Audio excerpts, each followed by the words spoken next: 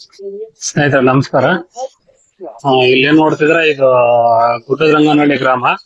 ಇಲ್ಲಿ ಮೆಕ್ಕೆಜೋಳ ಬಿತ್ತಿದ್ದಾರೆ. ಇದು ಬ್ಲಾಕ್ ಸೈಜ್ ಸ್ನೇಹಿತರೆ, ಎರೆಹೊಲ.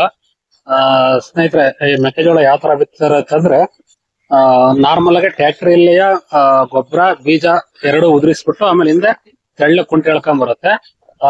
ಸ್ನೇಹಿತರೆ, ಇವರು ಸಪರೇಟ್ ಮಿಷಿನ್ ಅಂದ್ರೆ ಫಸ್ಟ್ ಒಂದು ಟ್ಯಾಕ್ಟ್ರಿ ಸಾಲ ಹೊಡ್ಕೊಂಡ್ಬಿಟ್ಟು ಹಿಂದೆ ಗೊಬ್ಬರ ಉದುರಿಸುತ್ತೆ. ಅದಾದ್ಮೇಲೆ ಮಹಿಳೆಯರು ಬೀಜ ಉದುರಿಸ್ತಾರೆ ಮುಕ್ಕಾಲಡಿ ಅಡಿಗೊಂದು. ನಂತರ ಹಿಂದ್ಗಡೆ ಕುಂಟೆ ಹೊಡ್ಕೊಂಡ್ ಬರ್ತಾ ಇದೆ ಟ್ಯಾಕ್ಟ್ರಿ. ಇದು ಗೊಬ್ಬರ ಮಾತ್ರ ಉದುರಿಸುತ್ತೆ. 4 ಸಾಲ ಬರುತ್ತೆ ಗೊಬ್ಬರ. ನೋಡ್ರಿ, ಗೊಬ್ಬರ ಉದುರಿಸುತ್ತೆ ಈ ತರ.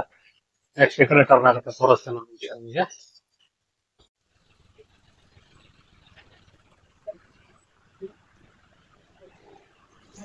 ಸ್ನೇಹಿತರೆ ನೋಡ್ಬೋದು, ಹಿಂದ್ಗಡೆ ಗೊಬ್ಬರ ಉದುರಿಸ್ತಿದೆ. ಎಕರೆಗೆ 1.5 ಪ್ಯಾಕೆಟ್ ಹಾಕ್ತಾರಂತೆ. 10 26 26 ಸೊನ್ನೆ 10 26 ಬರುತ್ತಲ್ಲ, ಆ ಗೊಬ್ಬರ ತಂದಿದ್ದಾರೆ. ಸ್ನೇಹಿತರೆ, ಈಗ ಮುಂದೆ ಟ್ಯಾಕ್ಟ್ರಿ ಸಾಲ ಹೊಡ್ಕೊಂಡಾದ್ಮೇಲೆ ಹಿಂದ್ಗಡೆ ಬೀಜ ಉದುರಿಸ್ತಾರೆ. ಬೀಜ ಒಂದೊಂದು ಗೇಣು ಅಥವಾ ಮುಕ್ಕಾಲಡಿ ಅಥವಾ 1 ಅಡಿ ಒಳಗೆ ಒಂದೊಂದು ಬೀಜ ಬರುತ್ತೆ. ನಾನು ನಿಮಗೆ ತೋರಿಸ್ತೀನಿ. ಮುಕ್ಕಾಲಡಿ ಒಳಗೆ ಇರುತ್ತೆ.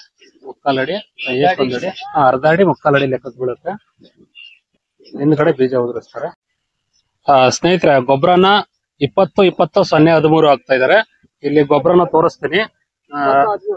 ಇದು ಬಿಳೆಗುಳಿಗೆ ಅಂತ ಅಂತಾರೆ ನಮ್ ಕಡೆ. ಮೊದ್ಲು ಬರೀ DAP ಹಾಕೋರು, ಇವಾಗ ಗೌರ್ಮೆಂಟ್ ಅವರು ಬರೀ DAP ಹಾಕ್ತಾರೆ ಅಂತ ಹೇಳ್ಬಿಟ್ಟು ಇವಾಗ ಈ ತರ ಮಾಡಿದ್ರೆ. DAP ಸ್ವಲ್ಪ ಸಿಗ್ತಾ ಇಲ್ಲ ಇವಾಗ. 20 20 0 13 ಸ್ನೇಹಿತರೆ.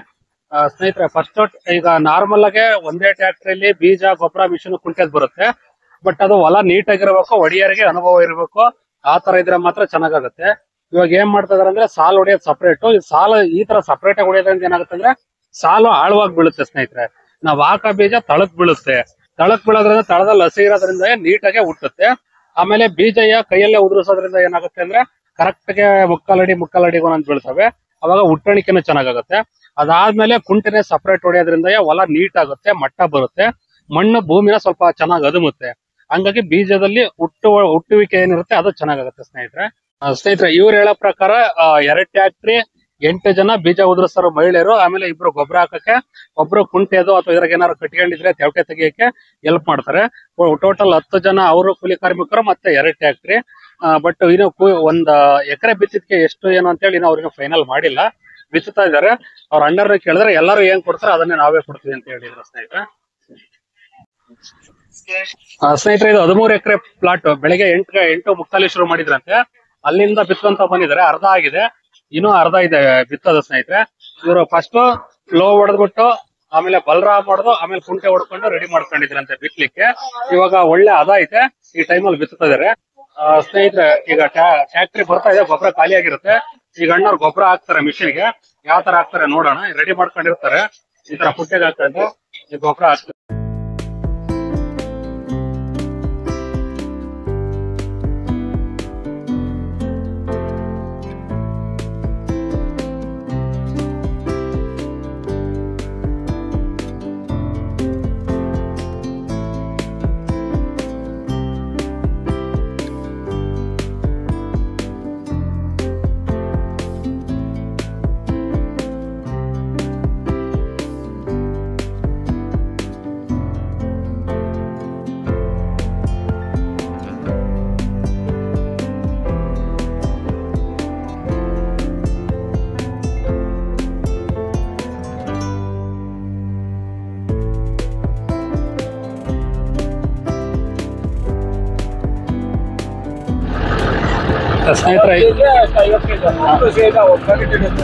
ಸ್ನೇಹಿತರೆ, ಅವ್ರು ಹೇಳ್ತಾರೆ ಇದು 45 ಕೆಜಿಯಿಂದ 50 ಕೆಜಿ ಒಂದು ಪ್ಯಾಕೆಟ್ ಪೂರ್ತಿ ಹಿಡಿಯುತ್ತೆ ಅಂತ ಹೇಳ್ತಾರೆ.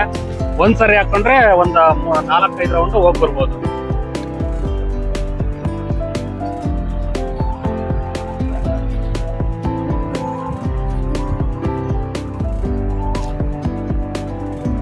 ಒಂದ್ಸರಿ ಹಾಕಿ 4-5 ರೌಂಡ್ ಹೋಗ್ಬೋದು.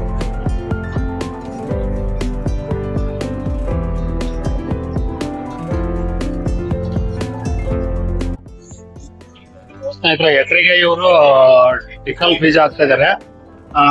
6.5 ಇಂದ 7 ಕೆಜಿ ವರೆಗೂ ಹಾಕ್ತಾರಂತೆ.